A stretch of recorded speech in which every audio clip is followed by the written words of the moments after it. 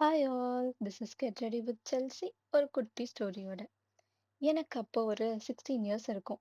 12th முடிச்சுட்டு எந்த college போகலாம் அப்படின்னு சொல்லிட்டு நம்ம பார்த்துட்டு இருந்த அந்த ஒரு டைம். அப்போதான் I came across my college. But என்னோட காலேஜுக்கு நான் நர்சிங் படிக்கிறதுக்காக போகல. ஃபார்ம் டி படிக்கிறதுக்காக போனேன்.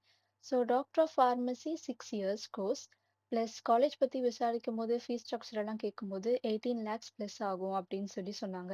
ஸோ அந்த டைம்ல அது நம்மளால அஃபோர்ட் பண்ண முடியாது. ஸோ என்ன பண்ணலாம் அப்படின்னு சொல்லி யோசிச்சுட்டு இருக்கும்போது தான் பிரின்சிபல் வந்து சொன்னாங்க, நீங்க வந்து பி.ஃபார்ம் வந்து ஒரு 4 இயர்ஸ் வந்து படிங்க. அந்த 4 இயர்ஸ் முடிச்சுட்டு, அதுக்கப்புறம் 2 இயர்ஸ் ஃபார்ம் டி படிங்க. விச் இஸ் பாசிபிள் அப்படின்னு சொல்லி சொன்னாரு. ஸோ அந்த டைம்ல 16 இயர்ஸ் ஓல்ட் மீ என்ன நினைச்சா அப்படின்னா, 4 இயர்ஸ்ல நம்ம தம்பியும் ஓரளவுக்கு வளர்ந்துருவான். ஸோ அந்த டைம்ல நான் 4 வருஷம் முடிச்சுட்டு மறுபடியும் படிப்பேனா அப்படின்னு கேட்டா, அது வந்து இம்பாசிபிள். ஸோ எனக்கு வந்து பி.ஃபார்மோட ஸ்டாப் பண்றதுக்கு இஷ்டம் இல்ல. ஸோ என்ன பண்ணலாம் அப்படின்னு சொல்லி யோசிச்சுட்டு இருக்கும்போது தான், அந்த வழியில நான் வந்து நர்சிங் காலேஜ் பார்த்தேன். சரி வந்ததே வந்துட்டோம், நர்சிங் காலேஜ் பத்தியும் விசாரிச்சுட்டு போலாம் அப்படின்னு சொல்லிட்டு நான் வந்து கேட்கும்போது, ஃபீஸும் அஃபோர்டபுளா இருந்தது.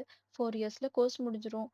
ஸோ அதுக்கப்புறம் வெளியில நமக்கு எங்க போனாலும் ஜாப் ஆப்பர்ச்சுனிட்டி இருக்கு. வேலை தேடி எங்கேயும் நம்ம அலைய வேண்டாம். இந்த மாரிலாம் நெறைய இருந்தது. ஸோ நானும் ரிசர்ச் பண்ணி பார்த்தேன். தென் அப்ராட்ல நெறைய ஜாப் ஆப்பர்ச்சுனிட்டீஸ் இருக்கு. நல்ல சேலரி ஏர்ன் பண்ணலாம் அப்படின்லாம் யோசிச்சேன். சரி okay. This is the one அப்படின்னு சொல்லிட்டு நான் டிசைட் பண்ணிட்டு, நான் எங்க அம்மாட்ட சொல்ல, எங்க அம்மாவும் சரி ஓகே அப்படின்னு சொல்லி, ரிசல்ட் வந்ததுக்கப்புறம் நர்சிங் காலேஜ்ல என்ன போய் சேர்த்து விட, 4 years of nursing college. Wow! அது வந்து ரொம்ப ஈஸியா, இல்ல கஷ்டமா இருந்துச்சா? எப்படி இருந்துச்சு? அப்படிலாம் கேட்டா எனக்கு வந்து சொல்ல தெரியல. It was a complete mixed feelings and emotions. Plus Covid வேற. ஸோ ஒரு 4 இயர்ஸ் எப்படியோ கஷ்டப்பட்டு முடிச்சதுக்கப்புறமா இன்ஃபேக்ட் நான் என்னோட எக்ஸாம் எழுதுறதுக்கு முன்னாடியே எங்க காலேஜ்ல கேம்பஸ் இன்டர்வியூ வந்தாங்க. ஸோ அந்த டைம்ல எனக்கு என்னோட எக்ஸாம் அப்பியர் பண்றதுக்கு முன்னாடியே என் கையில ஒரு நல்ல ஜாப் ஆப்பர்ச்சுனிட்டியும் இருந்தது. ஸோ அந்த டைம் நான் வந்து நெனச்சேன், ஓகே என்னோட 16 இயர் ஓல்ட் செல்ஃப் வந்துட்டு நல்ல கரெக்ட்டான ஒரு டிசிஷன் தான் எடுத்திருக்கா அப்படின்னு சொல்லி நெனச்சேன்.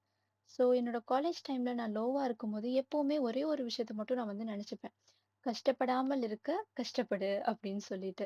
இது கொஞ்சம் மோட்டிவேஷனலா போகுது அப்படின்னு சொல்லி நினைக்கலாம் வேண்டாம். பட் ஆக்சுவலி இதுதான் உண்மை. நான் இத அடிக்கடி நினைச்சுப்பேன். பிளஸ் நம்மகிட்ட ஸ்டடீஸ் தவிர வேற எதுவுமே இல்ல. ஸோ நம்ம இப்ப இந்த கோர்ஸ நம்ம நல்லபடியா முடிச்சோம் அப்படின்னா, எனக்கு நான் நினைக்கிறது எல்லாமே கிடைக்கும் அப்படின்னு சொல்லி நான் என்ன விட என் படிப்பு தான் 100% நம்பினேன். Which was true. ஸோ அதனால தான் என்னமோ தெரியல, இப்ப நான் இங்க இந்த இடத்துல இருக்கேன். ஸோ என்னால முடிஞ்சது அப்படின்னா, உங்கனாலயும் முடியும். Okay, bye. All the best for your future.